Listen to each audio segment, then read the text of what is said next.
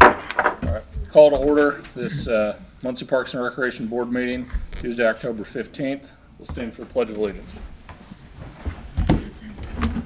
Pledge allegiance. To the flag of the United States of America and to the republic for which it stands, one nation, under God, indivisible, with liberty and justice for all.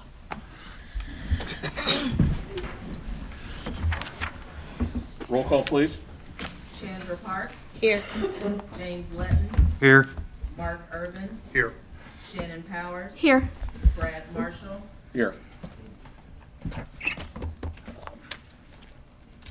We will start with the approval of minutes from the last meeting. If there's no discussion or comments, I would entertain a motion to approve. Approved. Sorry about that. Motion and a second. So moved. All in favor signify by saying aye. Aye. Opposed, same sign. I don't see Carl here yet. We'll start with George and his programming report. Good evening, everybody. Aye. Good evening. Get ready.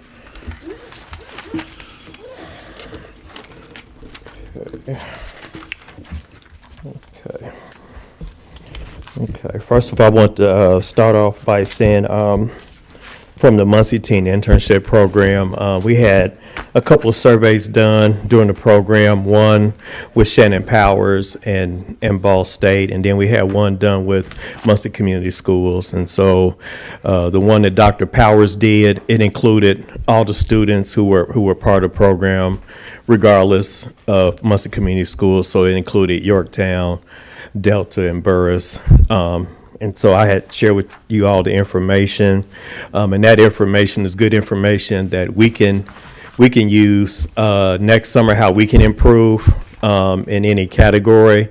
And then as far as grant writing, that's good information to have as far as, you know, how many minorities we have or how many kids with special needs that were part of the program. So that's good information that we got from Dr. Powers. Also, the survey I shared with everybody is from Muncie Community Schools, and that was for about 80 of our students. That only was for the kids who were Muncie Community Schools. And so that's the second year we've partnered with Liz from Muncie Community Schools. And so I just wanted to share that data with the board so you can see as far as who we hired. As you can see, one category, a lot of youth that we hired was like free or reduced lunch. And then this year we hired probably more 9th and 10th graders than before, so that number was pretty good. But I wanted to share that information with you just so you can have. The rest of this year, I'll be attending like 3 trainings from now up until December.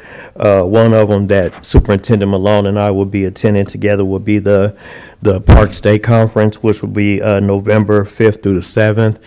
It's in Fritch Lick, Indiana. And so some of the things that I'll be looking for is like just improvement in programming, finding some software that can help me with programming. I had talked that over with Dr. Powers, and just look at some different playground equipment with Superintendent Malone. There's some parks we're looking to replace playground equipment. So that'll be part of my focus at that conference. Another conference is the Indiana JDAI Inter-Site Conference. They have a conference in Fort Wayne from October the 29th and 30th that I'll be attending. And it talks a lot about programming with youth and interaction with youth. And then there's a lot of data that I'll be able to pick up that'll help us with programming with the parks.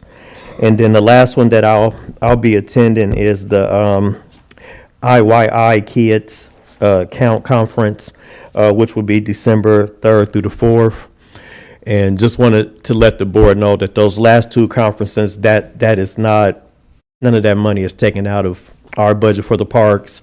Both of those businesses paid for me to go to that conference and stay there. So I got a scholarship for the IYI conference. I had just got that email a couple weeks ago. So I just wanted to make the board aware of that. Moving on, there's another grant that Dr. Powers and I are kind of working on. I'll talk about it and let her talk about it. It's through the State Park Conference. They had sent a link and asked us to apply for it. And so it's a grant that's kind of focused on inner city kids, and it's through Musco Lighting. So also with that, we can apply for lighting at some of our parks. So we know we need lighting at Heakin Park on the basketball court. We know we need lighting at Westside Park on that softball field. We know we need lighting at Thomas Park at that baseball field. And then we also know that we possibly need lighting at some of our pickleball courts because some people may want to play pass when it's dark outside. So Dr. Powers and I are talking about that grant. She's working with some figures. And then some other things that I talked with her about that grant that I would like to focus on is starting like a girls, women's only flag football for middle school and high school youth. And so I'm collecting, doing a survey with North Side, South Side, and Central High School, see if we can get some young ladies to attend that. In the past, I've learned that a lot of high schools already have a flag football league for women as a sport. And so I talked to Central's athletic director, so he's helping me with that survey to put it together so we can share it with the high school youth and middle school.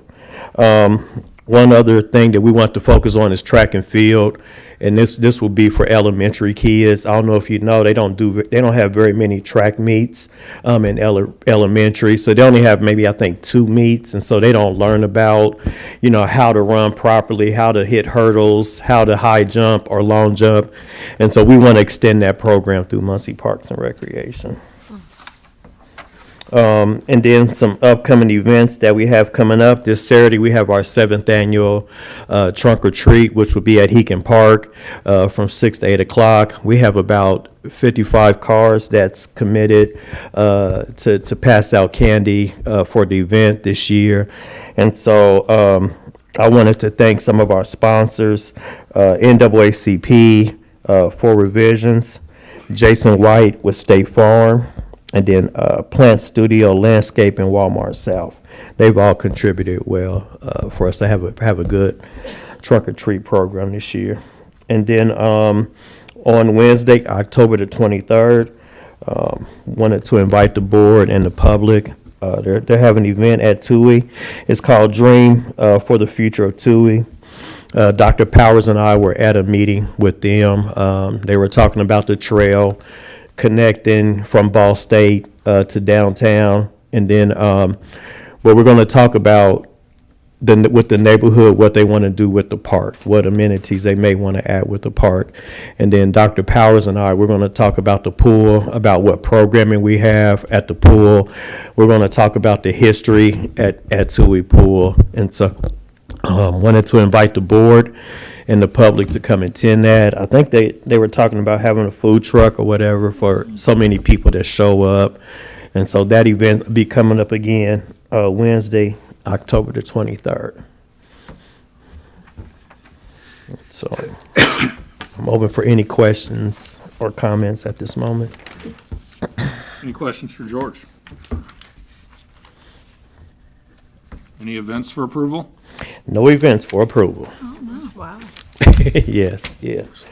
One last thing I did want to share, and I'm putting it out there now. So we will, for the Muncie Teen Internship Program, we will start accepting applications from the youth and our leads January 3rd and 4th. The location's going to be determined. I have more information about that next month. I'm putting some touches together, but wanted everybody to know that we're going to be accepting applications this year to start off in person. And so we'll have computers at the site that we're at. And so any youth that wants to apply, they can come with their parents and they can apply, on the computers that we have available. So we're just trying to determine the place right now. But January 3rd and 4th is when we're going to start taking applications for next summer. Any other questions for George? Thank you, George. Thank you. Next on the agenda, we've got the Prairie Creek report. I see Tawny, you were able to join us today. Any updates there? Hello, guys. Hi. I just have a few things. We have winter storage for the campground that's due October 31st. That's coming up pretty quick. So I just want to remind everybody about that. The Friends of Prairie Creek have their Halloween bash for the leaseholders this Saturday. I believe that's the 19th. I'm sure Jackie will talk a little bit more about that. November 1st, I'll start working with Carly on the leases for next year, making sure everything's kind of done ahead of time so we can fix all the ins and outs of that before it starts next year, so we're not rushing around and messing anything up. We are bringing more things into the education center. We started working on the prehistoric wall. We've got some fossils in there for the kids to touch and play with. Once we get everybody out at the end of the season, a couple of things that we're going to be working on is probably over the winter looking at fixing some maintenance at the launch. The floor is all coming up. That's a little bit dangerous. That's one thing. And then looking into gates on the piers for next year for security purposes. I don't have any events for approval, but that's what I have. Are there any issues with campsites where anyone would need to move their campers this year? I don't have anything, no. Okay. We haven't spoke of anything. There's nothing been brought to my attention. Okay. Thank you, Tawny. Any other questions for Tawny? No. Thank you. Thank you, guys. Thank you. Next on the agenda, we've got Friends of Prairie Creek. I know they had a meeting Friday, and both Shannon and I were able to attend. Had a really good turnout out there at the community building. A lot of feedback and good thoughts being shared there. So I'm glad, appreciate you guys hosting me out there and having that discussion. So. All right, I'm Jackie Cisco, President of Friends of Prairie Creek, and that was the first thing. I wanted to thank you and Shannon and Tawny and Carly for taking your time out and coming out to listen to our concerns, address the rule changes, rate proposals, and all of that. We really appreciate you volunteering your time and listening to us. So then going back to what Tawny said, our Halloween bash is this Saturday from 6 to 11. We have several events going on. We're having a pumpkin decorating contest, chili cook-off, like a trunk or treat with the golf carts, and then costume contest, and then we're gonna have music and a campfire after. So that's for leaseholders and friends and family out there this weekend. And so some of the issues, concerns, Brad knows, I don't know. Do you want me to address them now, or are you going to bring that up later? Well, it kind of rolls right into our next item on the list. So we've got rates and rules, kind of the next item.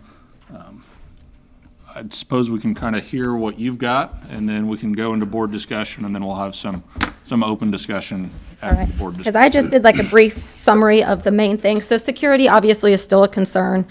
I know we talked about the rate increase to fund security, but that was an issue at the meeting, and then after seeing the budget, I think it's more of an issue for a lot of people.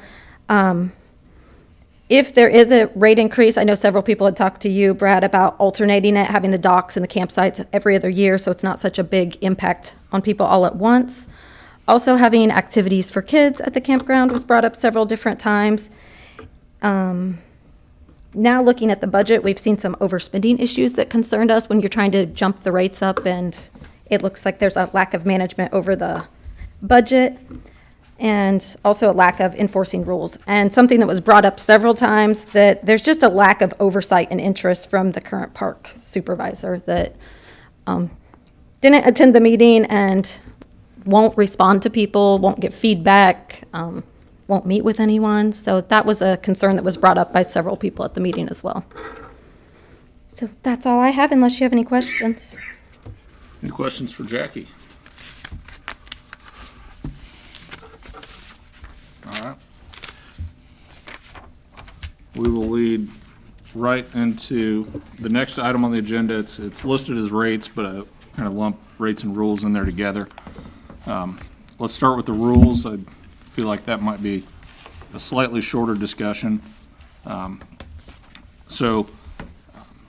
We had an original draft about a month or so ago. We also had a resolution earlier this spring. And what you guys have in front of you as of the 10/9 date is those combined with also some revisions that Dustin and Tawny and I worked through. I had 2 items circled on this draft that I wanted to discuss with the board, also some concerns from the Friends of Prairie Creek.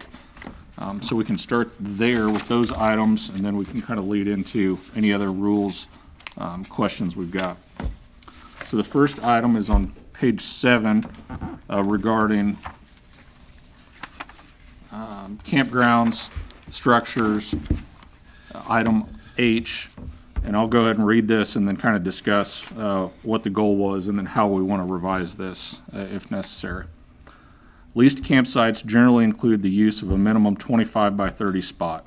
Any request for additional square footage within a leased site will be considered by the Parks and Recreation Board on a case-by-case basis pursuant to available space in the site location. Any approved request for additional square footage may be subject to additional lease terms and fees.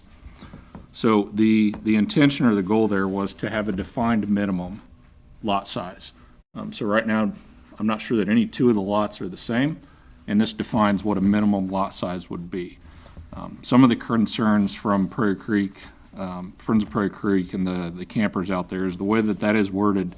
It does open up for additional charges. That's not the intention, at least in my mind. Don't believe that was Tawny or Dustin's intention either, but does open up that as availability, and that's a concern for them. The goal there would be to, like I said, have the defined spot. It frees up some of the confusion if you've got a dispute with a neighbor or what your square footage is. I did ask Dustin and Junior and Tawny to find out what the smallest site is out there. There's a rumor and some perceptions out there that the smallest site is 25 by 50. They've not confirmed that yet or know that that's a true statement. But obviously, we wouldn't want to guarantee anything larger than what our smallest is. So I think there's a couple ways we can approach this. We can either leave the rule as is, we can strike it entirely, or we can make some modifications by removing a portion of this rule. I personally think that we should just rewrite the language so it's clear, and explain that it's guaranteed space, that's your guaranteed minimum space. I thought at one time we had talked about, that we had talked at one time about going through and remeasuring spaces. Yeah, I think if you do that, that's a major change out there. Would probably require moving some, if not all, of campers and decks. And I would vision that would be tied out with any other major improvements we're doing out there, either water or electric.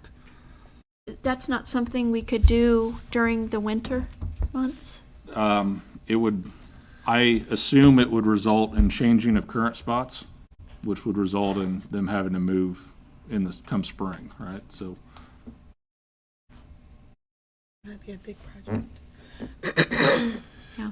So I think where I would go with this is that we detail that it's the minimum, lease, and then after additional space will be considered by the Parks and Recreation Board, strike those last lines that relate to Fees. any approval requested for additional square footage may be subject to additional lease terms and fees. I'd probably strike that line. Yep. Any objections to that? No. I guess the other disclosure as we're going through here, legal has not reviewed this version yet. They reviewed the last version. This has pretty minor changes compared to that, so I don't anticipate any issues. They have a copy of it, but I did ask them to wait until the board reviewed and we got feedback from Friends of Prairie Creek. The other item that I wanted to discuss as a board was in relate to the transfer of the docks. It's on page 9, boating and docks, docks and piers, item A. And this rule reads, no more than, actually it's a typo there, no more than one or two docks shall be no more than 2 docks shall be leased in one individual's names. So currently, there's no limit to how many docks an individual can have. This mirrors what we do on the campers. Campers, it's 1 per individual. I know there's been some concern and feedback that if you've got a fishing boat and a pontoon or 2 different variants of boats, and knowing that we do have some that have more than 1, more than 2, I would be comfortable adopting either 1 or 2 in this position. But open for discussion or how we want to word or alter this. I think when we last discussed it, correct me if I'm wrong, it was the concern for a lot of the campers, they thought it was just unfair that it wasn't mirrored with the docks. And I think if I'm correct, we discussed it as to make it fair across the board to just have it mirror the same, which also gives space for new interests that want to come and be a part of Prairie Creek as well. Yep. Excuse me.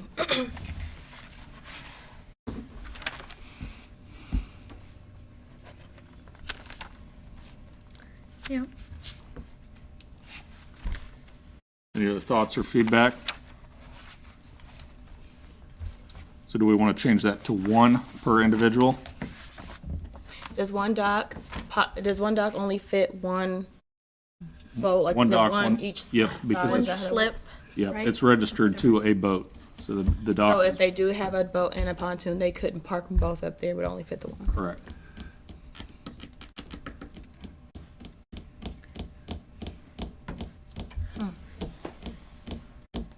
One per individual, any objections? Okay, so I'll get that updated for the list to review. Those are the only 2 I wanted to review before the board, kind of as a preliminary. Yeah, I have a question real quick. Yeah. So if we did it one per individual, would that mean that the other, they would, that individual with a pontoon and a boat would have to, through another family name, purchase another Go into the lottery system. so that they can park their other? Yeah, Right. so the slip has to be, the slip name and the boat owner name have to match. So they would have to be a shared owner on the boat. So that could be a husband and a wife, Right. a son, a cousin, a brother, a fishing buddy, but it has to match the registration of the boat and the slip. So this allows through the end of the year for people to straighten that out for next year. But anybody with more than 1 slip would not be offered renewal for next year. Sure. Well, they'd be offered renewal on their 1, but they wouldn't have multiple renewal offers for next year. Right. I mean, to keep drama as easy as best, I think it's best to keep it mirrored. But I am interested to hear what everybody else has to say. I don't have boats out there, so I don't know, but I'm interested to hear what they have to say out there once we get to discussion. Any other board discussions on any of the rules as presented? On any of the rules.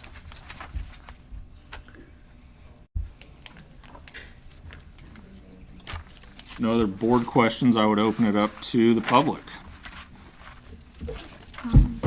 Mike Foster, Eaton, Indiana. I'm both a dock holder and a camper out there. I think Ms. Parks, you stated me and my wife have a campsite, and excuse me, is only allowed 1 campsite. I could not put a campsite and a camper in my name, and then her enter the lottery now, because that's the only way you can get it, and then her put one in her name to have a combination of two, and I think it should be the same way for the boat slips. One person or wife, like Mr. Marshall said, spouse and husband in one spot. That does give opportunity for other people in the community to enjoy your guys' properties out there. So that you had asked if there was any concern, and as both a slip owner and a leasee of the camper site, I agree with your assessment. Thank you for sharing. Thank you.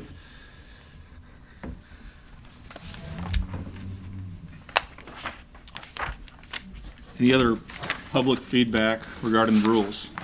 Open mic night. Rules right now. Let's get through one before we, Russell, one bear at a time. Did you find it? I know it's in the beginning. Hey, Brad, Yes. where was the first one we were discussing about the lot sizes? Lot sizes is page 7, H. section 9, letter H. And I think the consensus was we will strike the last sentence.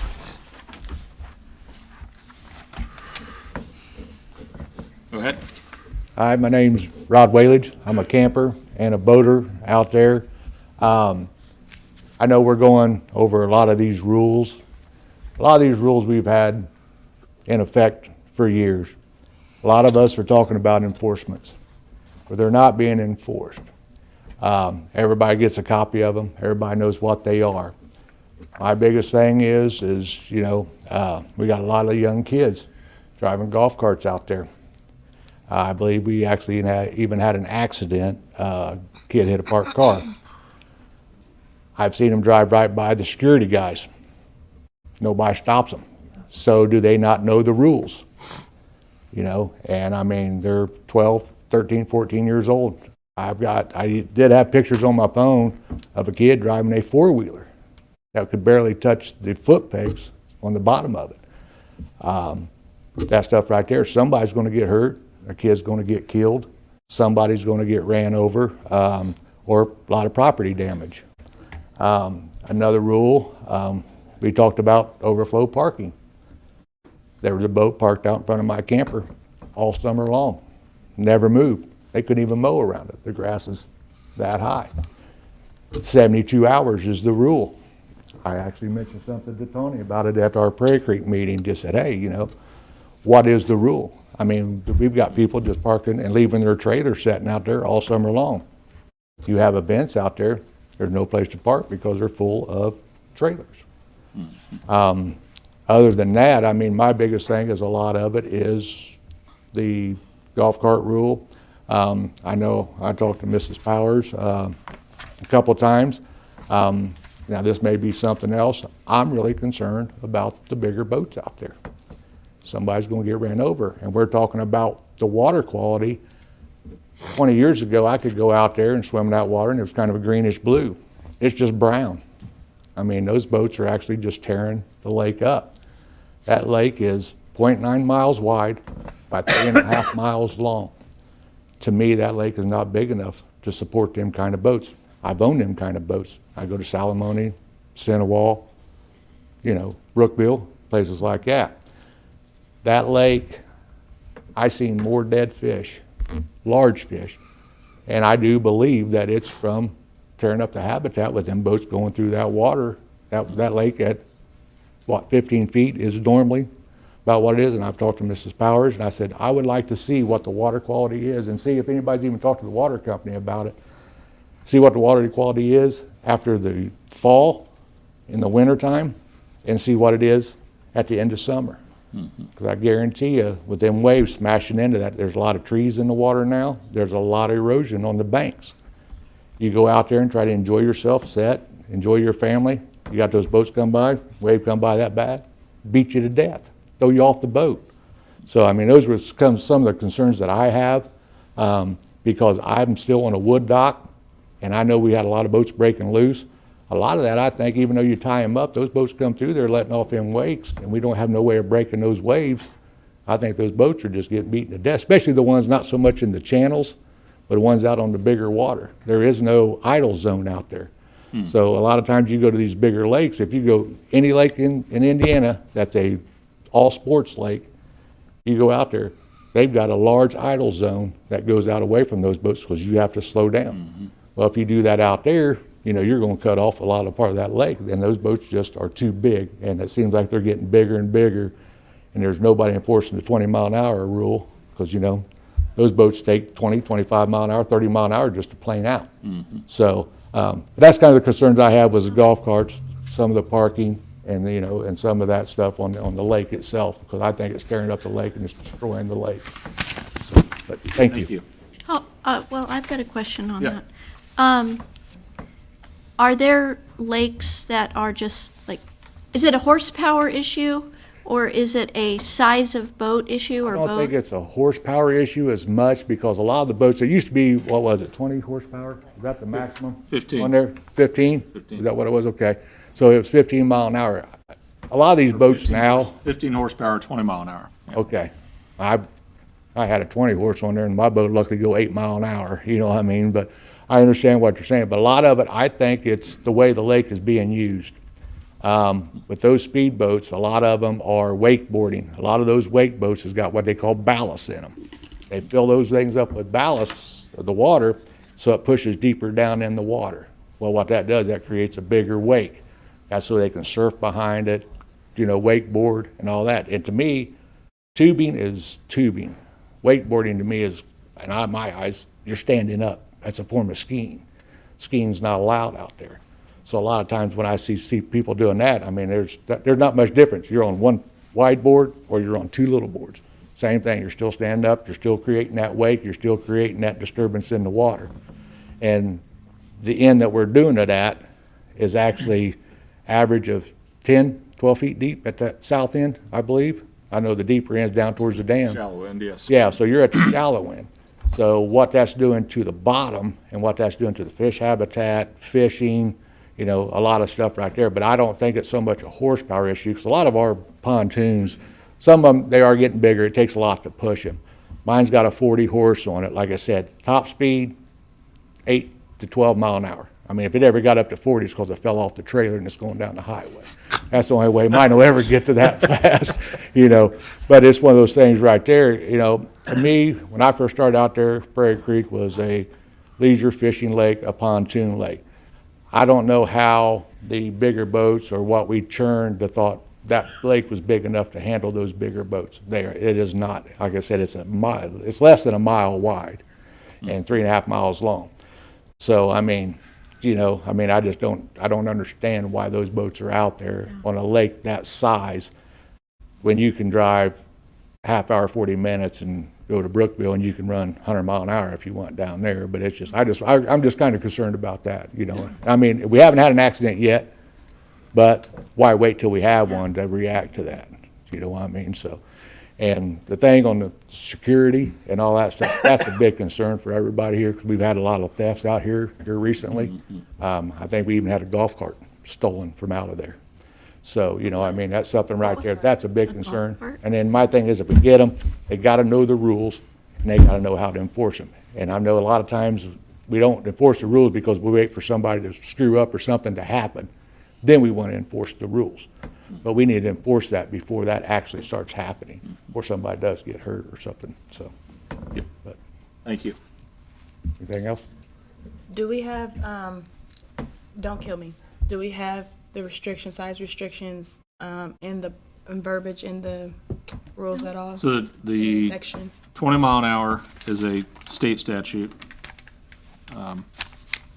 And that is a state law. And then the water skiing is a Prairie Creek rule. So that's on page 9, detailing tubing. Can I ask a question of you then? Being it's a 20 mile an hour state law, what dictates that's a 20 mile an hour state law, but we're allowing big boats out there? You know what I mean? Yeah. What dictates from the state that that's a 20 mile an hour lake only, but you can ski and tube and wakeboard out there? I mean, is there a statute on that, why they allow that? No, so part of that state statute as well details where you can pull a recreation item, which is the south end. Right. And I don't know that I've got that full state statute with me. Anybody in the crowd there, it's 132 IAC 594 is what discusses the state rules for Prairie Creek. And I believe that comes from, I don't remember which department that comes from. I'd have to look that back up. I would think a lot of the restriction would have to be coming from the size of the lake and the depth of the lake and all that, so I mean, And I don't know the history there, how they got to that. Like I said, I know originally it was a 15 horsepower, and I believe that came from some of the rules with the Indiana Water Company. right. And I don't know if they released that rule and in adoption of the 20 mile an hour, or I don't know the history there. Okay. But 15 mile an hour, 15 horsepower is what it used to be, but most of the pontoons anymore are probably running bigger motors than that. Oh, yeah. I mean, like I said, I've got a 40 on Yeah. mine, you know, so. And this, that's a discussion I know you and I have had, and Dustin and I have had.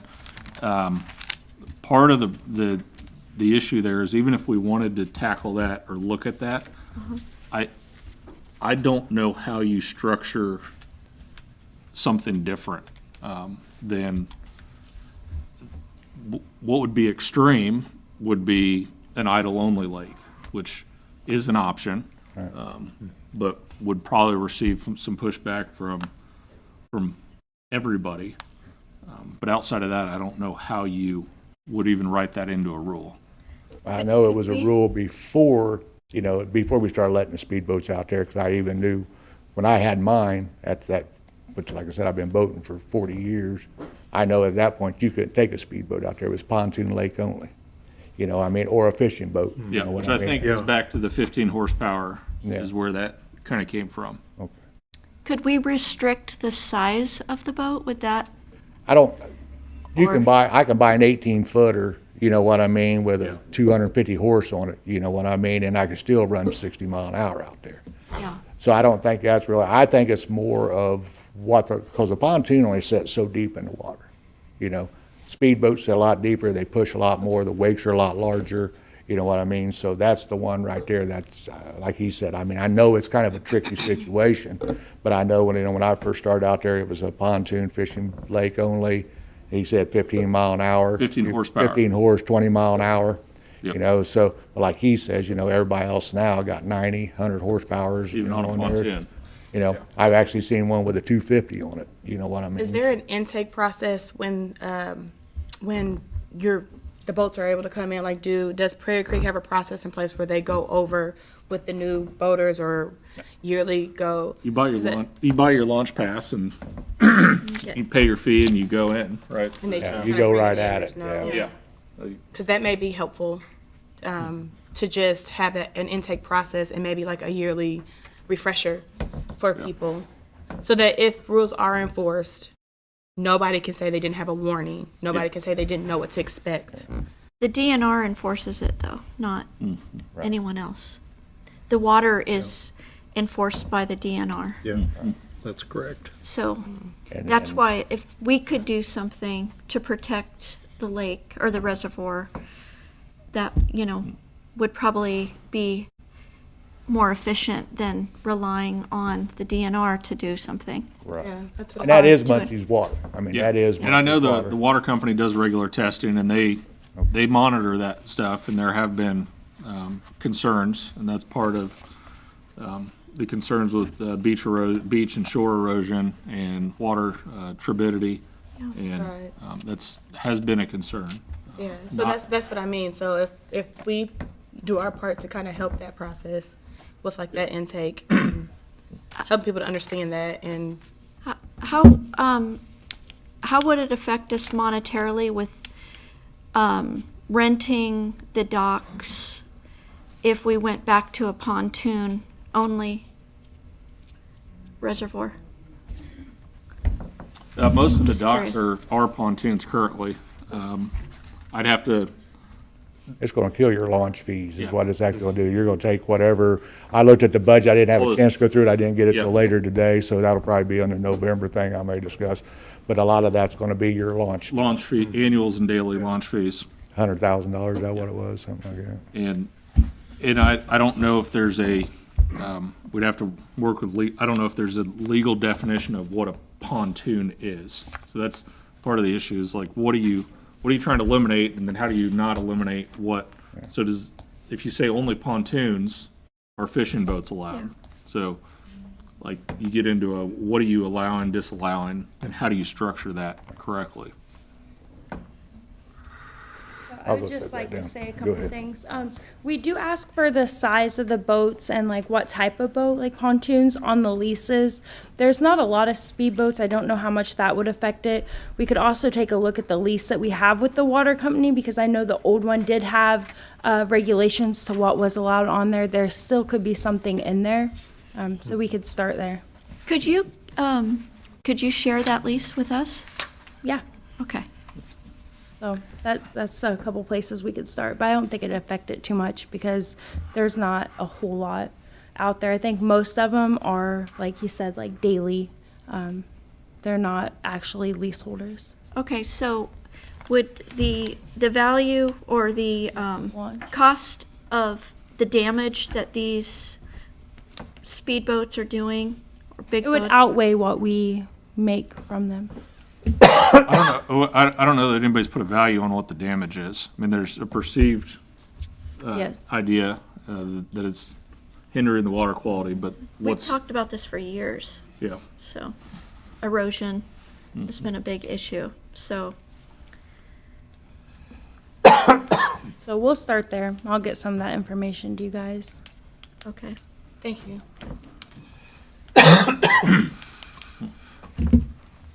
I'm Joe Kucharski. I'm the Commodore for the Sail Club, and I'd just like to do a little follow-up on this because we have concerns about it as well. And it does affect shore erosion.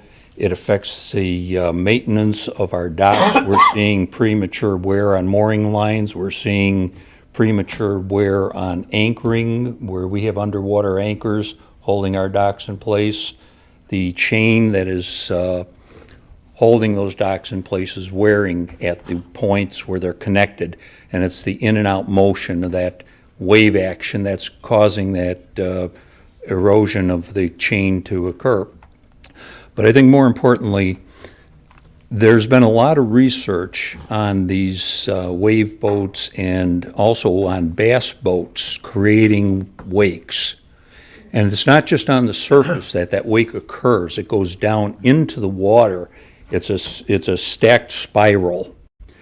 And there's a very good video, or I shouldn't say video, photographic portrayal done by the Milwaukee Journal, where they took in 2020, they took photographs of a habitat for fishing. In 2023, they took a photograph of that same area, and it totally wiped out that fishing habitat in 3 years. And it is from the waves from these wake boats, and particularly even the bass fishing boats, because if they don't plane on that surface, they create that same kind of wake in the lake. The state of Wisconsin and the state of Minnesota both have been passing legislation to limit the activity of those boats on the lakes. They started out by setting up that those boats could not be within 200 feet of the shoreline. And now they've moved that out to 500 feet of a shoreline and 200 feet of any vessel in the area. A couple years ago on Geist, they had a problem where one of those boats came along and flipped a fishing boat. The boat sunk to the bottom of the lake, and the two fishermen were in the water and had to be rescued. So these boats create a danger. They're a real problem. It's increasing. About a week ago, we were doing maintenance on our docks. In about a 1 hour period, we had wakes coming across from the opposite side of the reservoir to our docks and crashing over the docks. The lake was dead calm. There was no wind that day. It was strictly the wake from those boats across the lake. So these boats are doing damage. We're responsible for that shoreline of our property. And we're seeing problems with the riprap. We've had to replace riprap along the shoreline over the last couple of years. So we're seeing continued damage. I could normally get about 4 to 5 years out of mooring lines without seeing any kind of deterioration. And now I can only get about 2 years out of those same mooring lines. There are studies that document what the impact is of a dock line being stretched and released and stretched and released. So we have some additional information. I have passed some of that information along to Dustin already, but the states of Wisconsin and Minnesota have done a lot of research on this. Thank you. Thank you, Joe. All good information there. I know we kind of got a little off track, but I guess if we got any other comments or questions regarding the rules. Yes, Mike Foster again. On the rules, the security, it's posted in here on hours. My question would be, the park board invested a lot of money into gates out there that are up more than they're down. I think there was some discussion that those gates could not be shut 24 hours a day, which I would think that would have been an engineering control to control security. There's your first line of defense, a locked-in facility. I'm assuming that, and maybe the sailboat gentleman can answer, he's on Perry Creek property too as a leasee.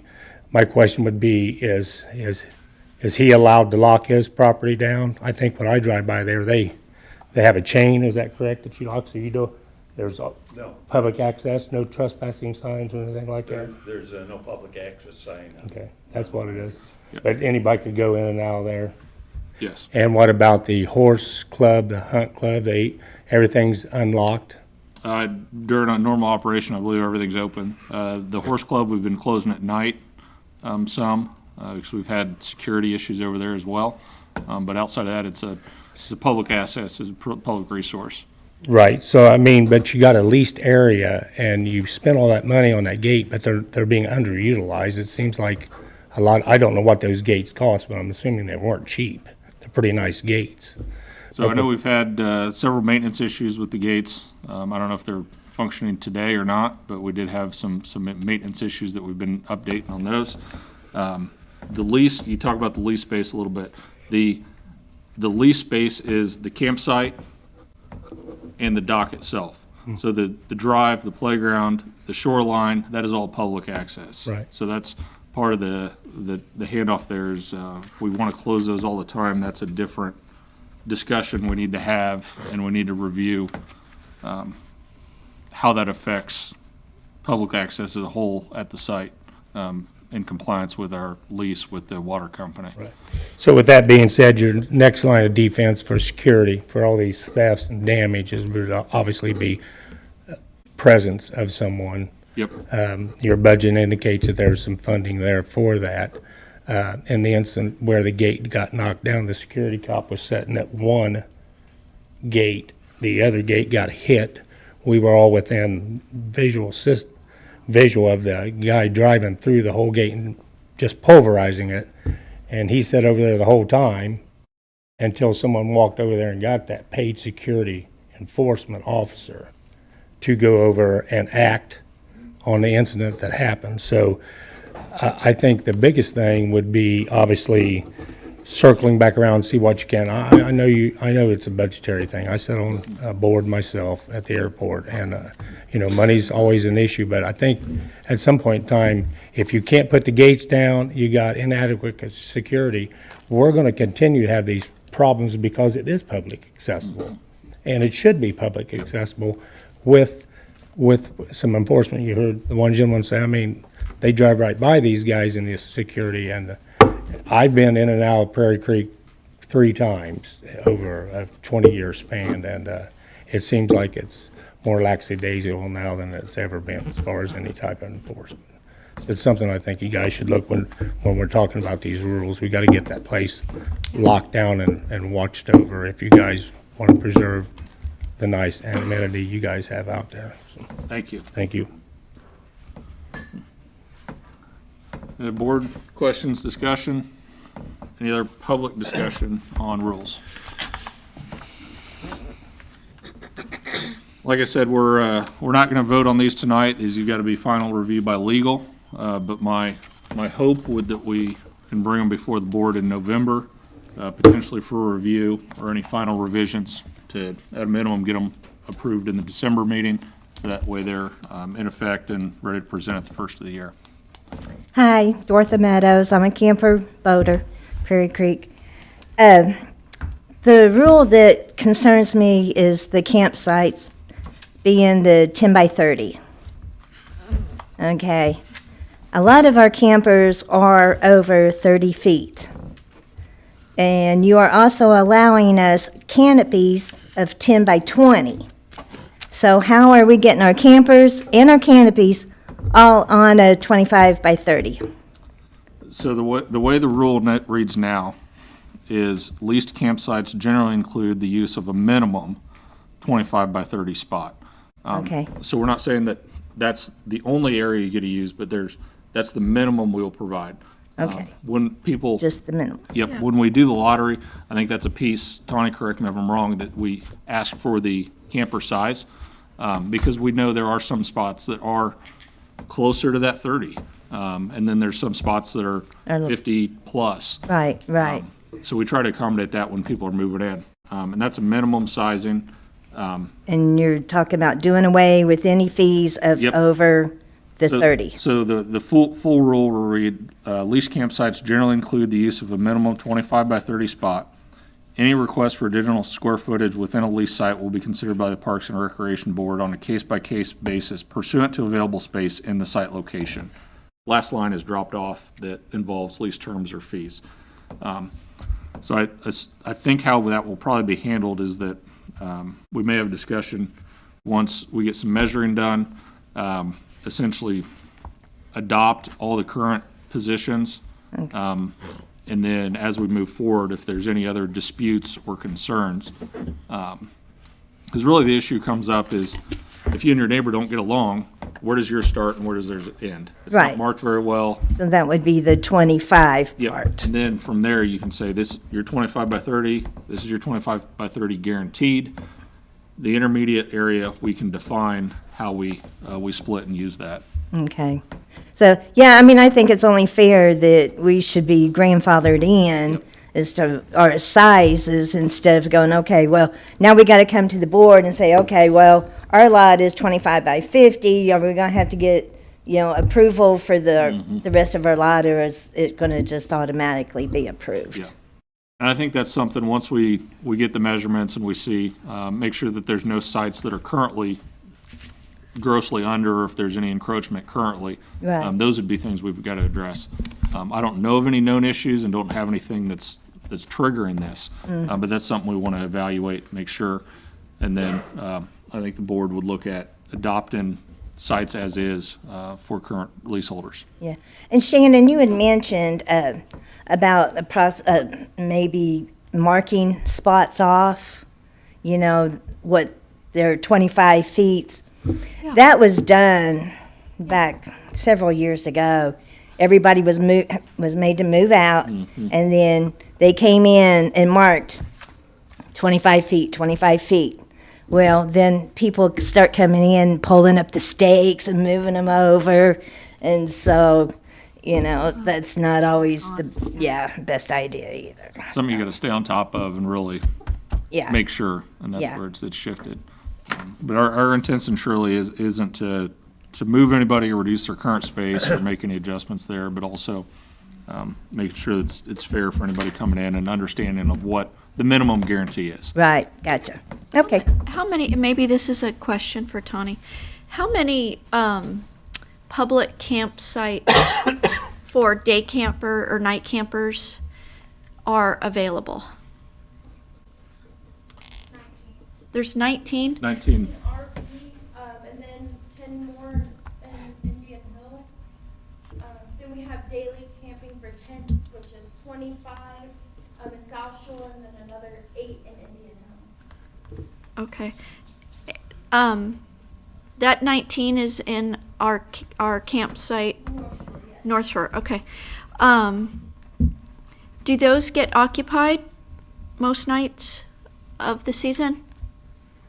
During holidays, they're all booked. Which is how many days a season? Maybe 5? Labor Day, Memorial Day, 4th of July are probably the big 3. Yeah, I mean, they stay pretty well booked, even through summer, non-holidays. On the weekends. Yeah. All 19 in North Shore? Would it, my question is, would it be cost effective if we maybe made some of those more permanent campsites? I believe we have to have a certain number of rented sites to, if we have so many permanent sites, it's considered a trailer park. To keep it the definition of a campground. Be good to look into, but that's a good call out, Jim. I know there are state regulations on campgrounds and seasonal versus weekend rates. I just don't know what those rulings are. Okay, so where would we look for that? Where do we go for that type of information? I wouldn't even know where to start. I'd start with Google and see where she guides me. It could be in the zoning ordinance if. Possibly in zoning, but I believe there's also some state rules that are associated with that. So I don't know if it's state zoning or where that would come from. That's something we can look at. Zoning. Any other Wait. questions from the board on rules? Any other public comments? I'll get the couple of changes updated, sent over to legal, and once we get that copy back, I'll distribute that to the board again. Next on the agenda, we have talked about Prairie Creek rates a couple times, and I know we didn't make any rate adjustments to the docks or campsites last year. We did some rate adjustments to the launch fees and event fees.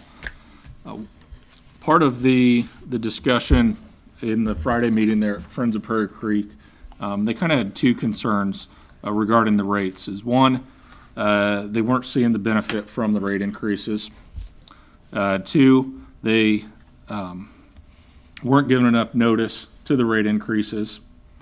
And the other was that some people just can't afford it. Be fixed income, fixed budgets. Rate increases are going to push people out, and they've built a community and a family out there, and that was a concern for their neighbors.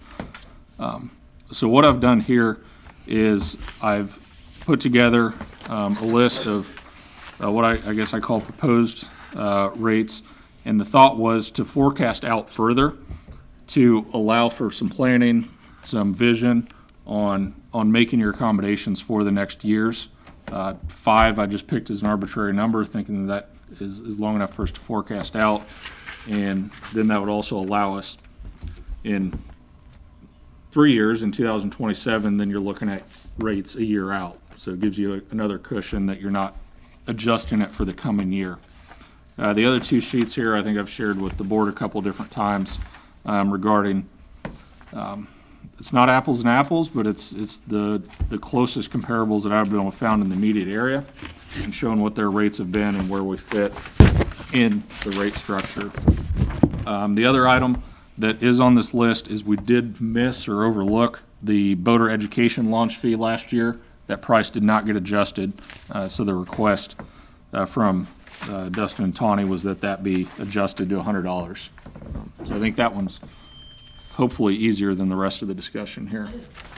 So, like I said, this is just a sounding board, a place to start, have discussion, but I want to put something together to present to the board for discussion, a place to start. So, thoughts from the board? Some of my thoughts on this is out at Prairie Creek, I mean, I don't think we need to raise rates just to raise rates. I mean, I think we should be proud we're at the lower end versus the higher end, not the Geist. I mean, it's a place that people can go and enjoy life. I mean, we're mowing a lot less property now. We're not, the security is not, I mean, basically, we don't have security. The gates are a joke. I mean, that's one of our biggest waste of money I think we've done. We've moved trash over to the dumpsters, which has lifted labor costs to the park. So that's, I mean, that puts more on the campers. Our new docks, everybody's getting fee increases with new docks. And there's less maintenance, and, I mean, the man hours to put them in are way less. So these are some of the things that people are coming at me with that I don't think we can justify raising rates just to raise rates. I think there has to be a plan in place to say, this is what this is for, this is how it's gonna be used, and it used for that purpose. Because security, I mean, we got a security addendum out there this year, and, I mean, it was just a place for somebody to get paid and sleep. They wouldn't patrol the campgrounds, they wouldn't patrol the boats, because they keep saying they got the whole lake. I mean, if we need more revenue, we can start charging at the beach again. And, I mean, people wanting to go out and enjoy the beach, they can pay for the beach.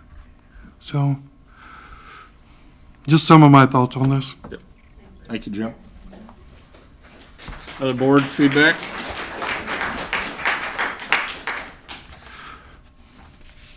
Anything else from the board? I think that we need to do a better job of applying for grants at Prairie Creek. That's something we need to probably talk to the mayor about and maybe city council to allocate some special funding for grant writing. Because I see grants that would be applicable for this setting. So, that's another funding source as well. I don't want to see us, I understand inflation, but I do not want to see us just dump all of our financial needs on the dock leasers and the campsite leasers to fund all the projects and maintenance needs for the park to improve. So I don't know if that also means that maybe we need to, and I don't know if this would be complications, but if maybe the city needs to allocate a budget. Next year we go to city council and ask them for a small budget for Prairie Creek to offset some of, these projects for the future. But I think we need to get creative and think of other funding streams to support our work there.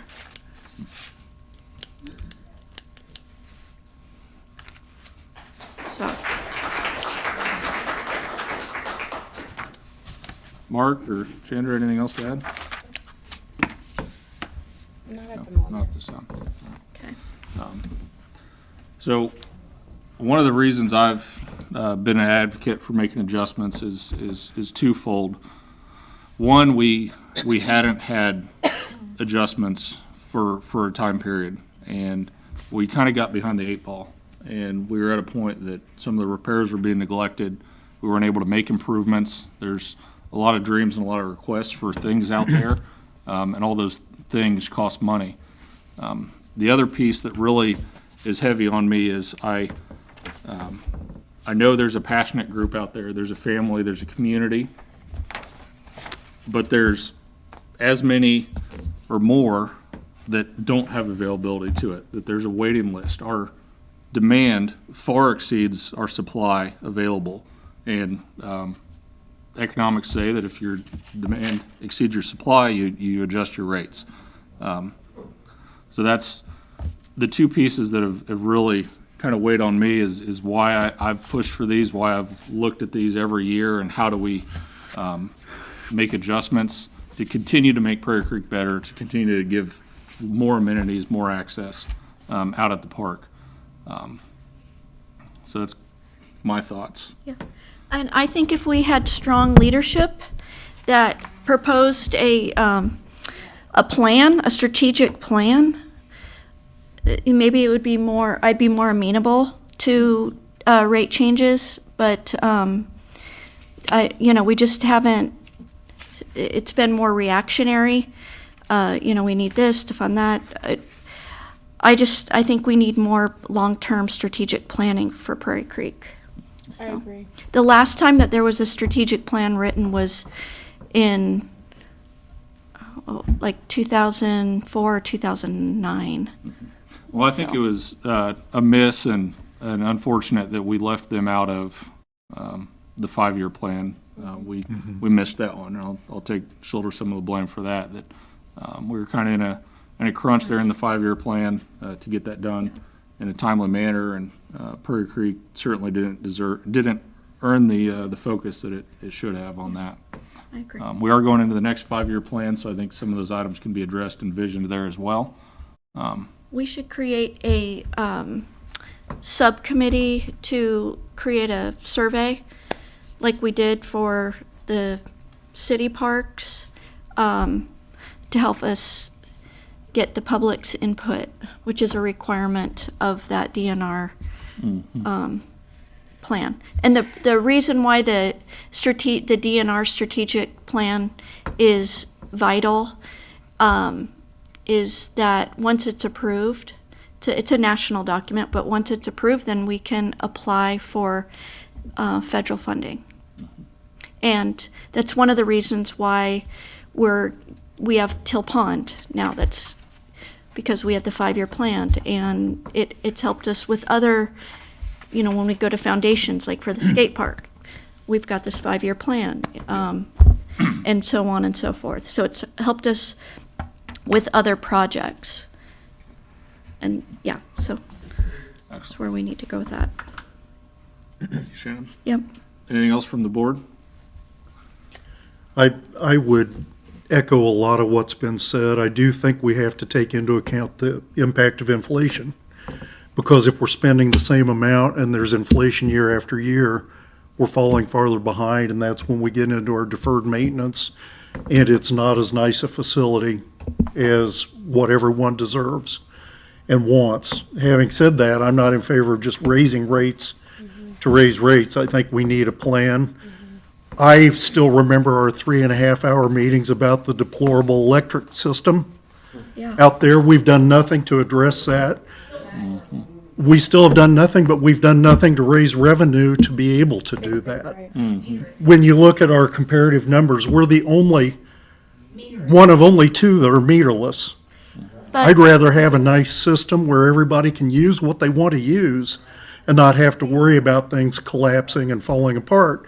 But it takes money, and people have to be willing to do that. And willing to pay for it. That's part of an improvement plan, security. If we need security, I would be in favor of raising rates if we enforce the rules and if we have security that makes it safer and better for everyone. That goes back to leadership and maybe what we need to do. I think people don't mind spending if they feel like they're getting value for what they're spending. So I'm fine with leaving it as it is now, but I do think we need to look at a long-term plan. I agree with you. And that would be improvements, not just staying where it is, because I think it can be better. Yeah, that's my thoughts. I was just gonna say, I feel like until we get a system in place, a 5-year plan, some vision to go, so that we can know, first off, what is appropriate to raising the rates to reach these goals. I think it's safe, we should just keep it as it is until we can get those things in place for the purpose of.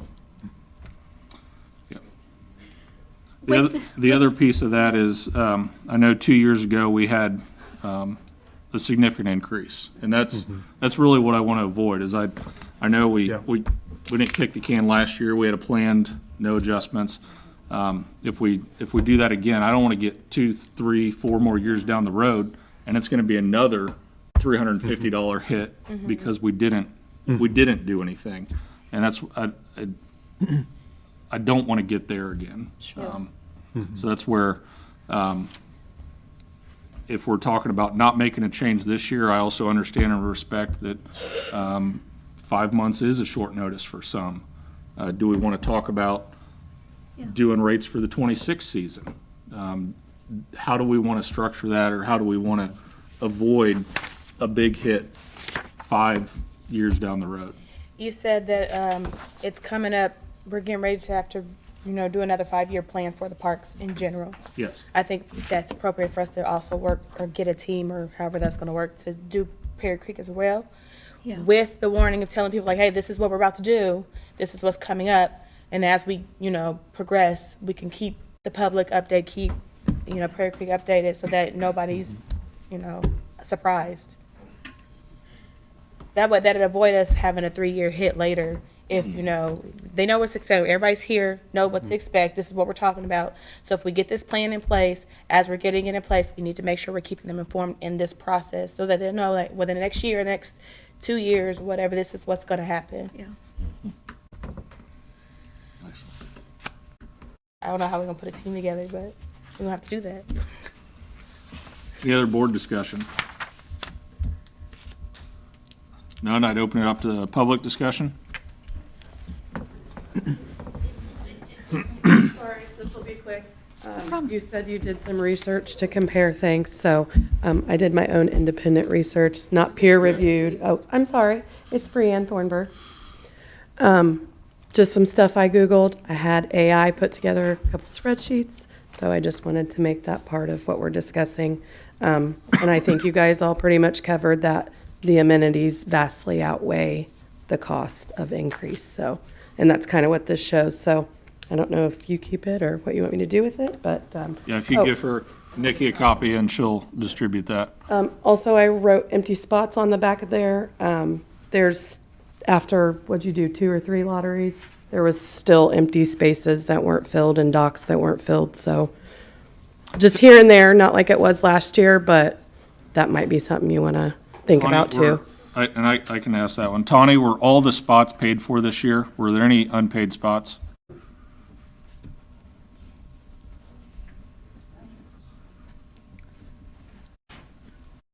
Maybe. You ought to, We left a campsite open for aid for the, ADA? yeah, the ADA. Spots that are empty will pay. Not everyone brought their stuff Yeah. in. yeah, so all spots were paid for. Once they pay, we don't care if you leave it empty. You paid for your Okay. spot, that's your own prerogative. I mean, that's not my, I guess that's Yeah. not my business, but, There you know. was spots that people moved to, they moved to like ADA because we got like several more, but we're not gonna fill those. Those are gonna be subtracted, because we promised not to put in more boats. So you're talking about the docks, We yeah. can adjust those numbers once they're all in. So there are a couple that aren't filled, but they've moved to ADA. Talking about the docks, yep. Excellent. Thank you, Tony. Campsites was the same. There's no campsites that weren't paid for. All campsites were paid for.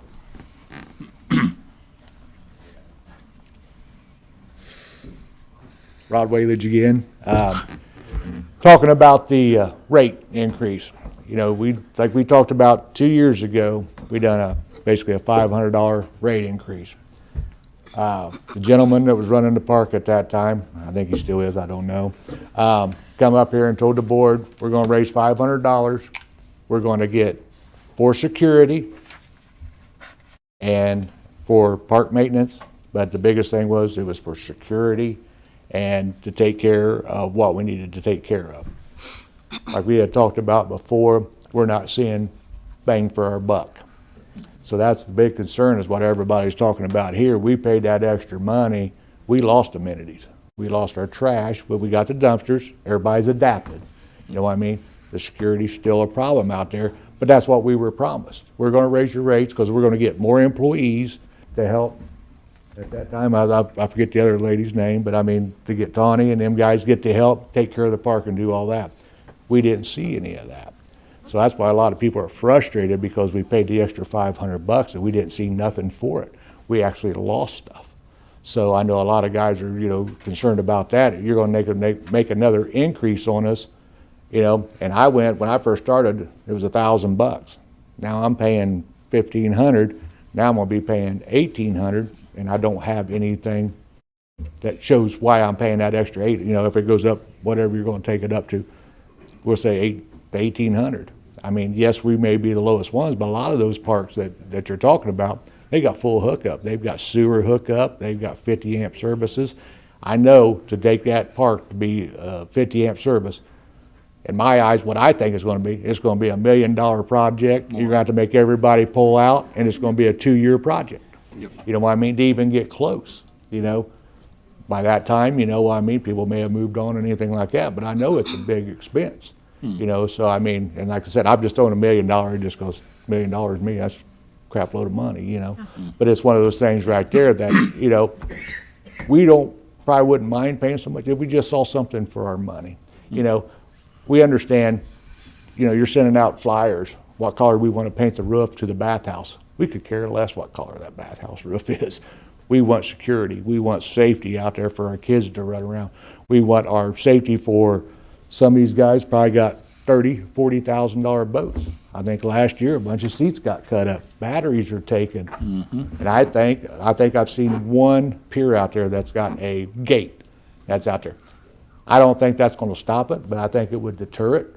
You know what I mean? You know, and then if somebody's out there and that gate's open, if we got security out there, they can go up to that person out on that dock. Hey, are you supposed to be here? What's your number? Or, you know what I mean? Stuff like that. So, I mean, it's just a lot of things we'd like to see a little bit what we're getting for our money.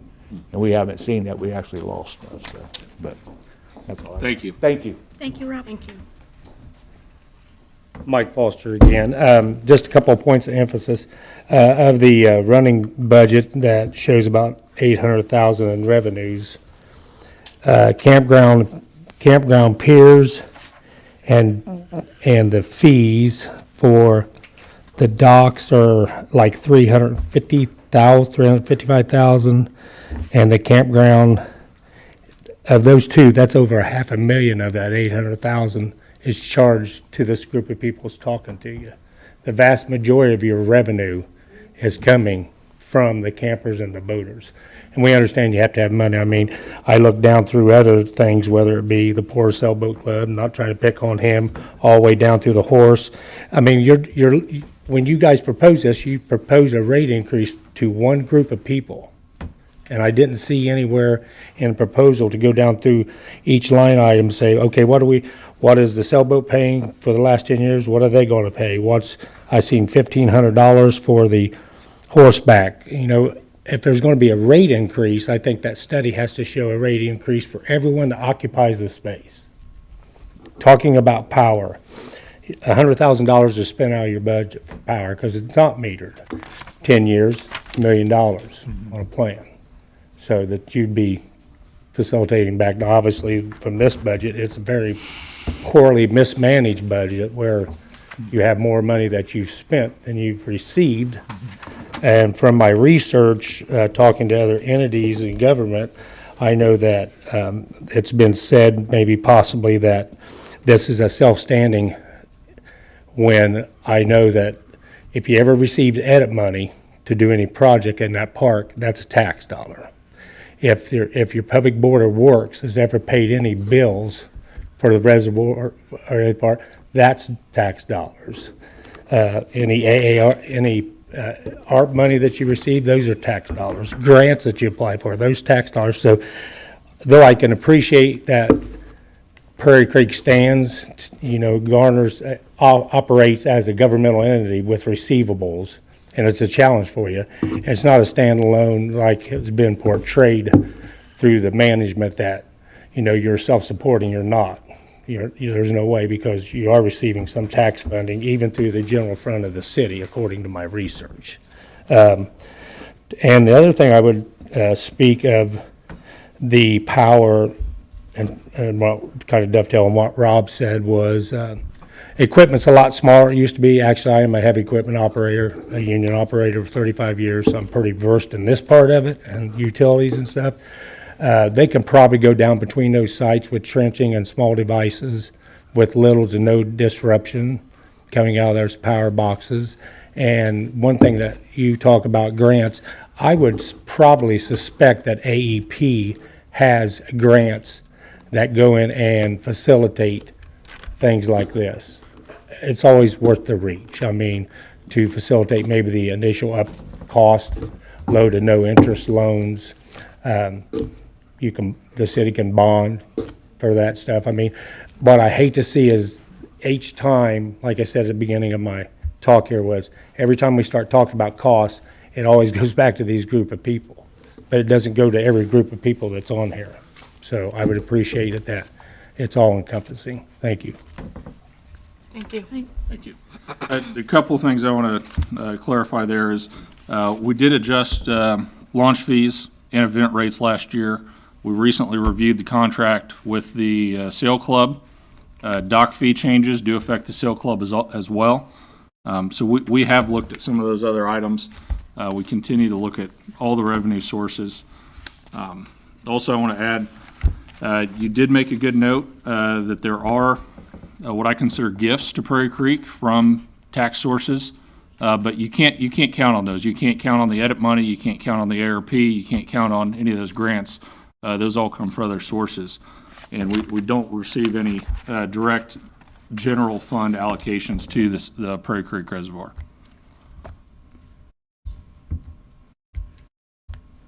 Any other public comments on rate proposals?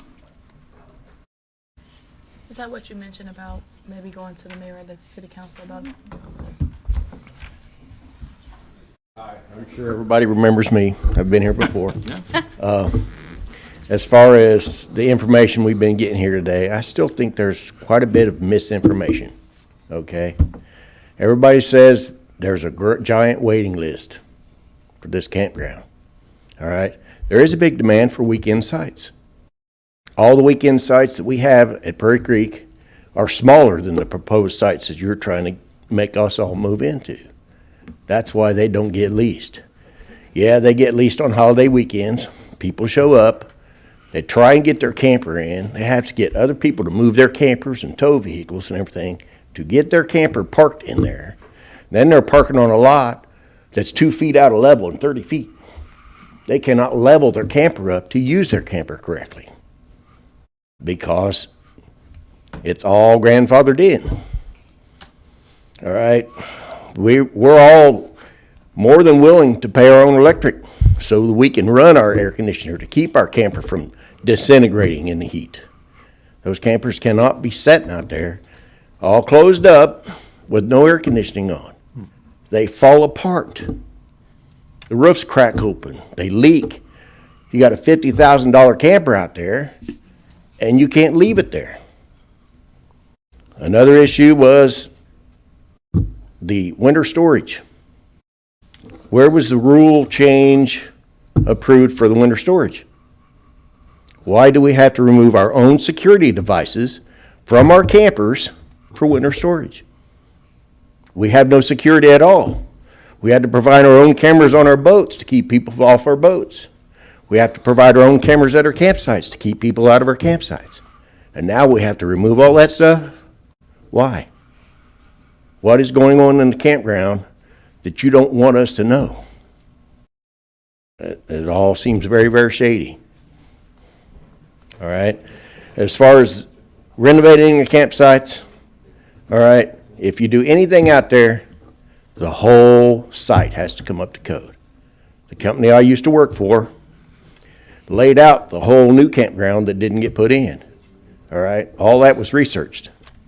Campsites, new campsites, are 25 by 50 that can be no more than 4 inches out of grade from one end to the other. The spot that the camper sits has to be on a compacted pad or concrete pad. Yep. All right? The utilities have to come up in a 5-foot window. Yep. That's all, electric, water, and everything. Okay? Has to be in that 5-foot window so that the cord that comes off your camper can plug into the proper amperage device. Not an adapter like the dog bones we're being forced to use now that's burning up their cord, burning up the camper. We almost had a camper burned down this year because of that dog bone issue. All right? Yes, I made cords for people, but those cords were safe, and they were outlawed by our mayor. He couldn't get anybody to say anything about those. I went to the fire marshals. You brought in 3 electrical contractors to look at my cord. They all said, that's safer than what you're making them use. But yet they still got thrown out. All right? We all want to do things for the kids. We want activities for the kids. I put on one hell of an activity for the fall, for the kids, for free, out of my own pocket. Well, mine and the campers, because all the campers donated to that too. So they all had money tied up in that too. Yes, I provided the 6 to 8 weeks of labor to put it in. Now, I don't want to cut you off too soon here, but do you have anything related to the rates we're gonna talk about, or does this need to be in the public comment section? Right. Well, the rates, as far as I'm concerned, we don't need any rates increases, okay? Because we ain't got what we was promised to the last increase. All right, a lot of us had to buy new campers because our old camper wasn't up to par. All right, so now we got a camper payment, plus we got a rate increase, plus we got a rate increase on our dock to where 20 years I've been there. That was an investment in my retirement. My tax return paid for this. It don't do it anymore. Now I got to dig in my pocket to take care of this where I work all year. So yeah, I don't believe that we need rate increases at this point at all. Thank you.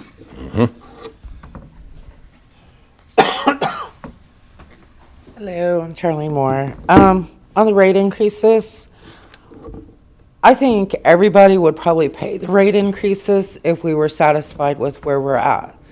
I went to a campground a few weeks back in Sullivan, and I started asking people about it because it was very similar to ours. But the thing about theirs was they had no toters to either. They had to take their sewer, and they had 30 amp. But they paid more than us because they had more activities for the children. The beach area was nice. Their campsite area where their camper, and it was kind of odd because the whole campground we kept going, this is so similar to our campground. But their actual campground had their own individual swimming area too, with a little beach area, so they didn't have to go over to the public side of the beach. And their playground area was great for the kids. And it wasn't fancy. I no expense at all, really. Like, it wasn't no, like, big metal plastic parks like we see that's expensive. They had a lot of wood built, like, they had like a wood climber thing for the kids to climb up a wood wall and everything. And it was very nice because you seen all these kids playing. They even had this one just open dirt area. And what was really nice, I seen a lot of dads, a lot of grandpas over there, and we're like, wow, it's a remote control car for the kids to play. They even had dirt hills for the kids with the remote control cars to go up the dirt hills. And I'm like, that basically costs no money, just recreating the dirt for an area for family to have fun and play. We have none of that, really. We have one park, one basketball goal. The kids are getting bored. The trails is kind of a mess. If the trails was like maybe trimmed up a little bit better and the roadways was kind of fixed better for the kids to ride their bikes around the trail. There's a lot of big holes. I know the golf carts drive through there and stuff, and it's still hard for the golf carts to even drive through the trails because of the holes.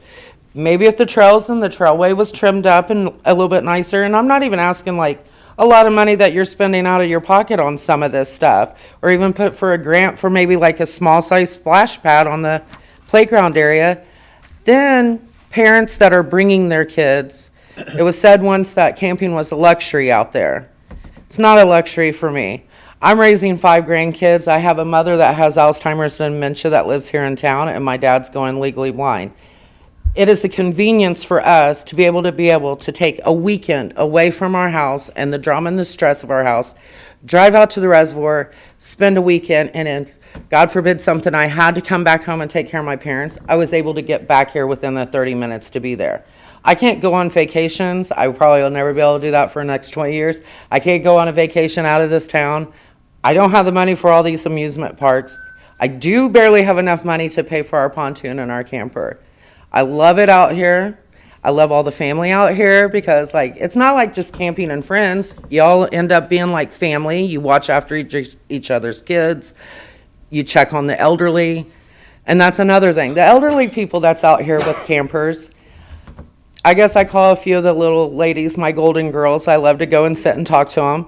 There's nothing for them to do. There's no like bingo night because that's considered gambling. I don't understand why bingo is considered gambling if we have a bingo night where we bring maybe a bucket of supplies for their kitchen or towels or something for prizes for the win of the bingo. I don't know why that is considered gambling, why we can't have like a little bingo night for the elderly out there. You know, I mean, if there was more things to do around the campground, I don't think anybody would even disagree with any rate increase. And our electric was a little bit better.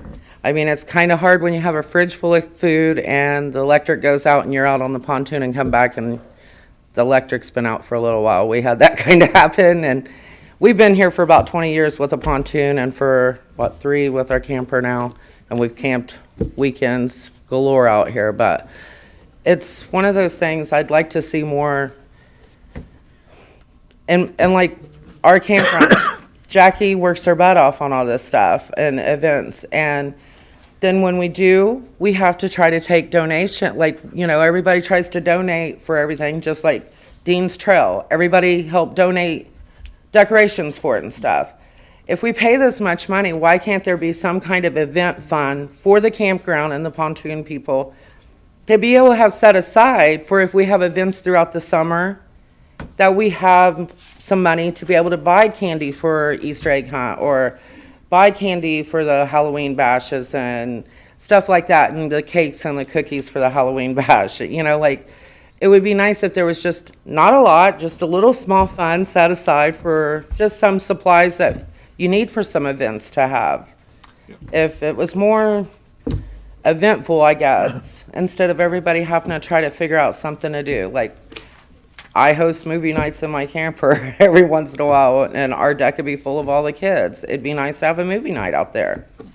It'd be nice to do something, you know, that we're not so stressed about doing, because sometimes it's hard. I mean, there's a lot of parents out here. There's a lot of grandparents out here. There's a lot of different ages out here, and we need to think about all of those, you know, like, we need more abilities for everybody out here to be able to enjoy it. And So you want like a recreation director?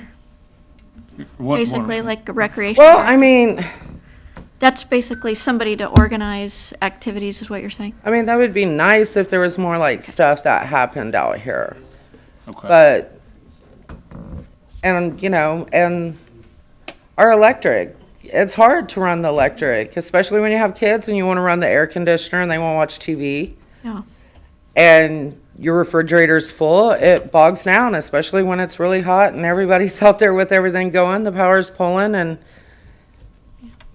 But you do realize if we were to put that, make an investment where everybody had their own meter, you're looking at a minimum when you Oh, pay I all the mean, yeah, fees of that's over true. 100 and something, you know. Yeah. So you're going to lose people that way. yeah.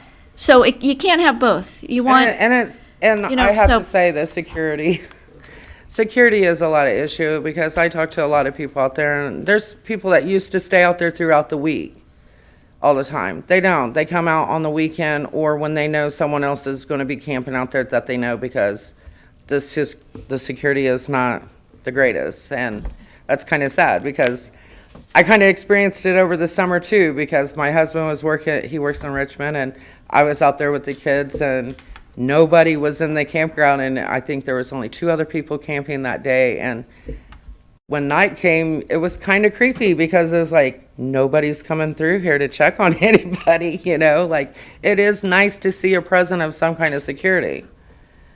we hear you, Well, thank you. definitely. Thank you. Tony, I got one question for you there. I know you've helped collect some donations and help some of the events out there. Have we made any financial contributions to those events, or how have we helped partner with those? We donate, like, we help with some candy for Easter, and then we'll help with, like the cakes for the cakewalk. I'm gonna help donate things like that. Me and Carly are gonna donate out of our own money to that as well. But we do use our budget for a small amount of those. Small amount of that. I would like to see more of that, but we have been doing that. Do you happen to know where that comes out of, or the budget, or you'd have to probably go back and look? I would say probably office supplies out of our budget. Okay. Or other services, maybe? Mhm.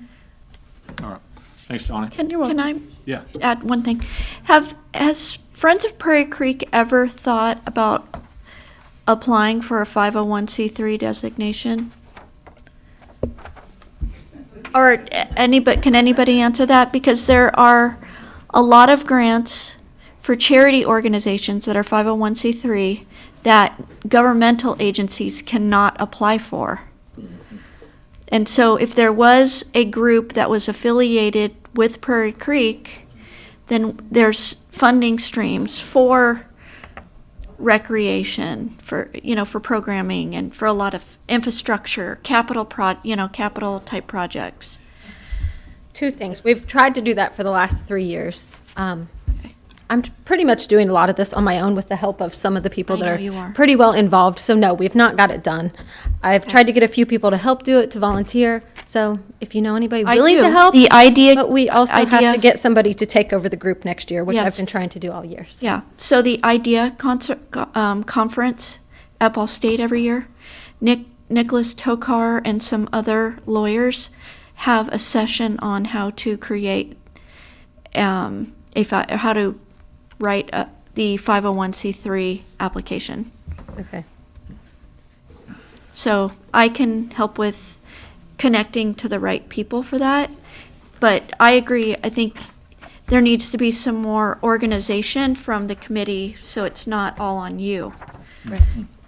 And going back to the getting donations, like they have helped out I know. a lot on the Incredible. Easter egg hunt, and Tawny's taking over doing the cakewalk and everything. So they have provided donations and helped us out a lot with all of the events, help planning and all of that as well. I think that's an opportunity that we can do more partnering out there and work on more events that aren't necessarily a high cost. Well, and we tried to do movie nights the first year I started Friends of Prairie Creek. You have to get a permit because if you're showing it publicly, it's against copyright violations. So you have to get a permit. We bought one the first year. It was like $750. Well, we didn't. Prairie Creek bought it.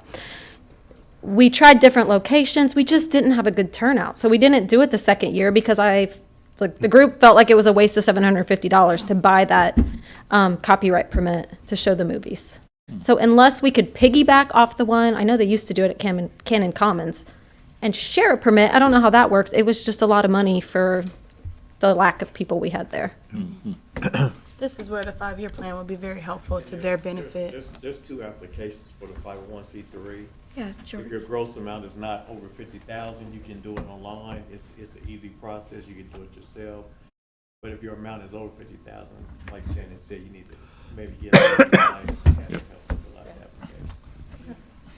So you know. We've been working together, like us in the office have been working together with a lot of the faces you see out here trying to come up with events, especially with the teenagers who got caught in the boats. We're like, we need more things for them to do. Like, they're bored, they're kids. So we've been trying, but then we run into issues. Like I've talked with a couple people about doing like a game room, but then that takes away the community building.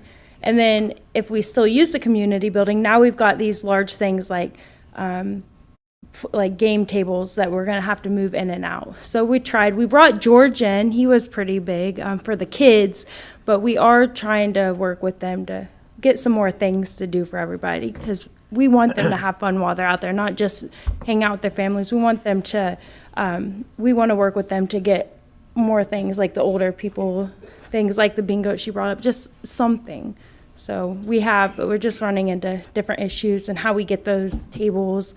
I know some of them there's a church that was donating them. So we had looked into that, but I think they were gone by the time we had gotten a hold of them. It was the Boys Yeah. and Girls Yeah. Club. They were getting rid of the ping pong table and a pool table and an air hockey table, so we were going to try to get those for maybe to help with the teens have something to do on the weekends. But we agree with them in the office. There's a need for that. So I think eventually if we work together, we'll figure out some more stuff for them to do. Thank you, Tawny. Yeah. Any other public comments regarding the rates? No problem. Then we'll have time at the end of the meeting for general public comments as well. All right. So board, we've heard a lot of comments from the public here. We've had a lot of discussion on our own.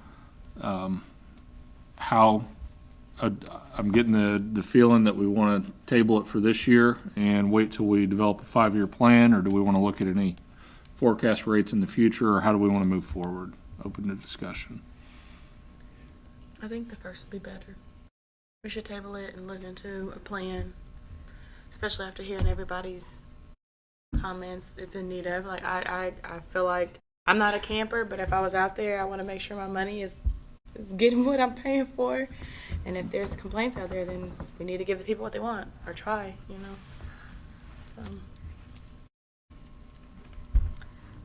know. Any other feedback from the board? Would we still be interested, and could we adopt the adjustment to the voter education launch fee that we missed last year? Would be open to that? Yes, Yeah. that's specific. We want to do that tonight, or we want to have that discussion for next month? That would be the voter education launch fee adjusted to $100. I believe currently it's $50, Tony? $75. All right. Motion to, I would entertain a motion to increase the vote education launch fee to $100. Moved. Second. All in favor signify by saying aye. Aye. Aye. Opposed, same sign. All right. Excellent.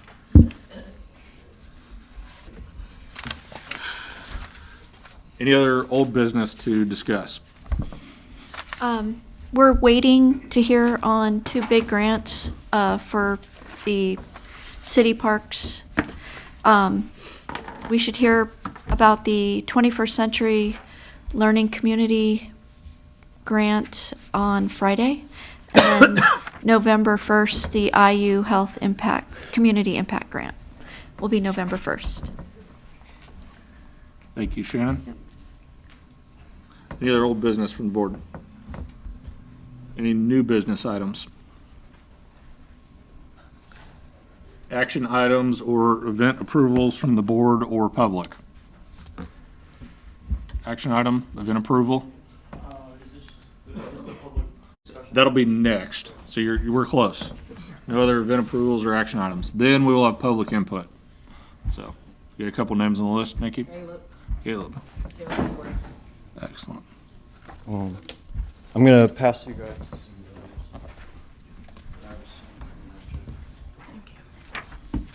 Thanks, Caleb. Thank you. Thank you.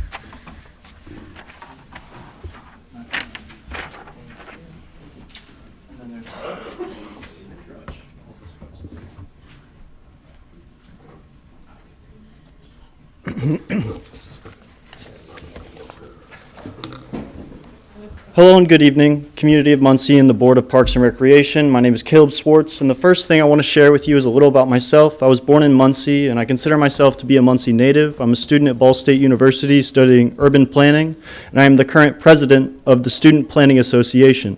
During the summer of 2023, I interned with the City of Muncie's Department of Parks and Rec. In concluding my internship, I shared an update on the West Side Skate Park in August 2023. Additionally, I'm an avid skater in the Muncie community, and I'll be working on the Hunger Skate Park construction crew to build our skate park over the next few weeks and months. Graffiti is a constant challenge of our Parks Department. Skate parks and graffiti are like yin and yang, but if there's no plan for managing the relationship between the two, our skate park will be covered in graffiti in just a few years.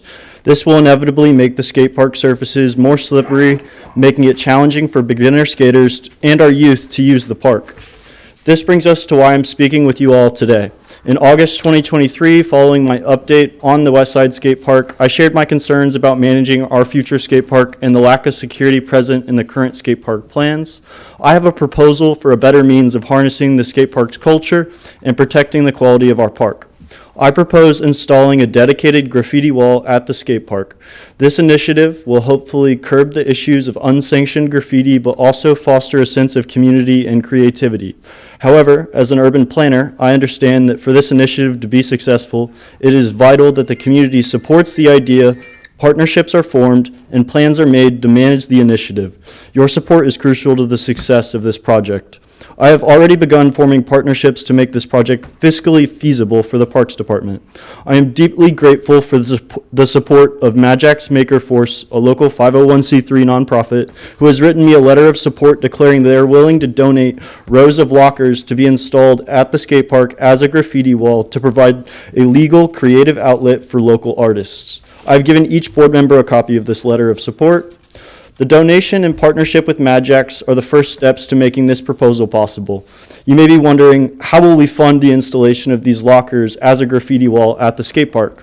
Well, this leads me to my student organization, the Student Planning Association, also known as SPA. The SPA Executive Board and members are working on starting a fundraiser to cover the entire cost of installing the lockers at the skate park and the cost of signage for the legal wall. Additionally, we would like to conduct a community survey to gauge the community's interest and opinions on a legal graffiti wall at the West Side Skate Park. We are requesting for permission from the Parks Board to post yard signs with QR codes for a community survey at West Side Park. Finally, assuming the community and Parks Board support the graffiti wall and the Student Planning Association raises the necessary funds to install the lockers at West Side Skate Park, we still must establish a means of managing the graffiti wall and the skate park.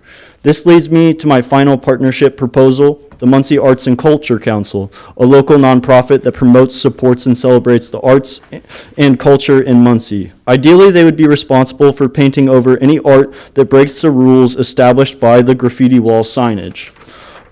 Over the past few weeks, I've been reaching out to the Muncie Arts and Culture Council to gauge their interest in serving as the organization responsible for managing the legal wall.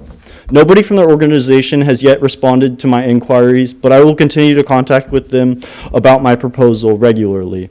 However, this week they posted an advertisement stating they are taking applications for their next executive director. Thus, the organization may be in a transitional period. However, they should be interested in partnering with the Parks Department to manage the legal graffiti wall. I initially spoke with Kevin Klinger, a professor of architecture at Ball State University, about donating the lockers from Majax Makerspace to the Parks Department as a graffiti wall. Kevin Klinger enthusiastically supported the idea and helped me contact Majax, and he currently sits on the board of directors for the Muncie Arts and Culture Council. The graffiti wall at Westside Skate Park represents an innovative solution to balance skate culture with the needs for community safety and cleanliness. With Majax's generous locker donation, the Student Planning Association's commitment to raising necessary funds, and the potential partnership with the Muncie Arts and Culture Council, we have a foundation to create a space where creativity can flourish responsibly. With your support, we can turn this proposal into a sustainable project that benefits both the local skateboarding community and Muncie's broader arts culture.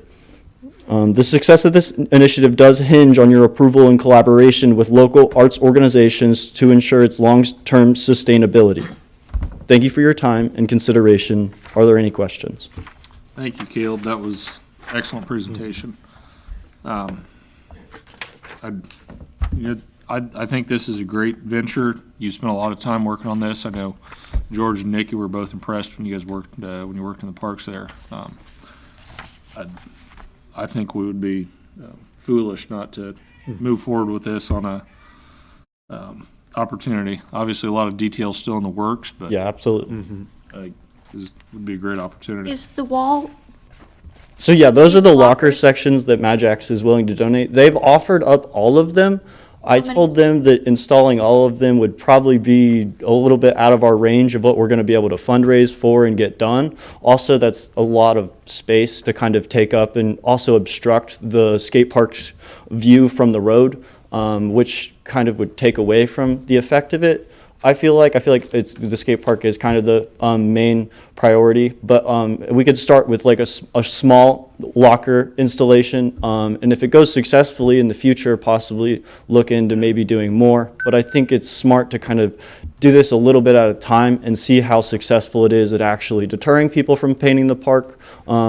But the kind of main part, the way I see the partnership could work is basically the Parks Department would be kind of responsible for if someone paints on the actual skate park, providing, like going in and clearing that off, buffing it out. That takes manpower and it's a little not too costly, but it is costly to do. But then the Muncie Arts and Culture Council would kind of take the fiscal responsibility of paying for the paint to paint over anything that breaks the rules, and also I was hoping to kind of have a local artist come in and do a mural to kind of introduce the wall once it's installed. But that would inevitably get painted over. But just kind of, that was where I'm at with Would everything it be being both planned. sides of the locker? So both sides of the locker could be done, definitely used for this. The one side is going to be easier to paint than the other, but I would definitely see people writing on all sides of the lockers. But they also could be used as actual lockers. Like the combinations could be taken off of them in order to store things at the skate park, which I think would be pretty nice for me to, like if I was skating at the skate park and I could just kind of lock my stuff in a locker and not have to worry about, oh, is someone going to take my phone? Is someone going to take my bag with all my skate stuff in it? But also parks generally don't always have these things, but like a broom, like a squeegee to kind of like clean off the park. You could potentially store like a communal tools for us to use that at the park and keep those in the lockers. That way everyone can kind of use them when they're needed. But I think it's a really good idea, and we're hoping that the community survey also kind of shows that the community is interested in it. I've been reaching out to as many local artists as I can to gauge their interest and also see how they think it would operate and work, and whether or not they would use it. And for the most part, everyone I've talked to has been interested, because once the skate park comes, people are going to want to come and paint there. But giving them a space to do it so that way we can maintain safety is important.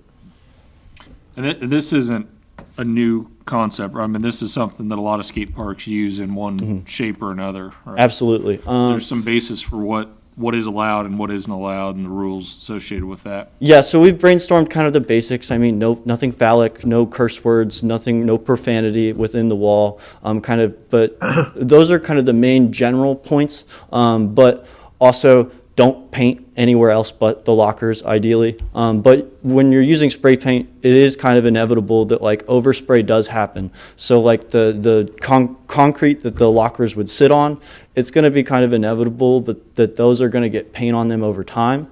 And there's not much you can do about that, just because of the nature of the materials you're going to be painting with. But it looks like it's the position you presented is adjacent to the rest area, and so it wouldn't impede or be dangerous to skaters. Yeah, that was for the location of it. We really didn't want to put it near any of the skate obstacles because if you fall onto it, that's going to hurt. Yeah. Okay. Any other questions for Caleb? Really not a question, but one comment. I really like the idea, and I like the partnerships that it creates.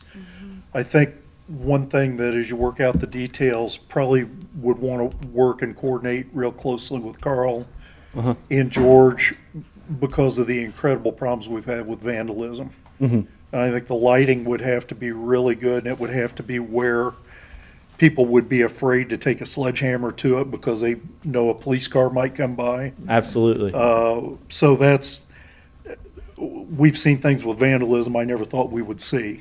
So I'd say that's my biggest concern. I like the idea. I'm not worried about the graffiti as much as I am the destruction. Absolutely. And another thing that might be a good idea also, especially once the wall goes to get installed, would be going through the park. I took a picture of I visited the park last weekend to just check on the construction and also to take pictures of where graffiti is now.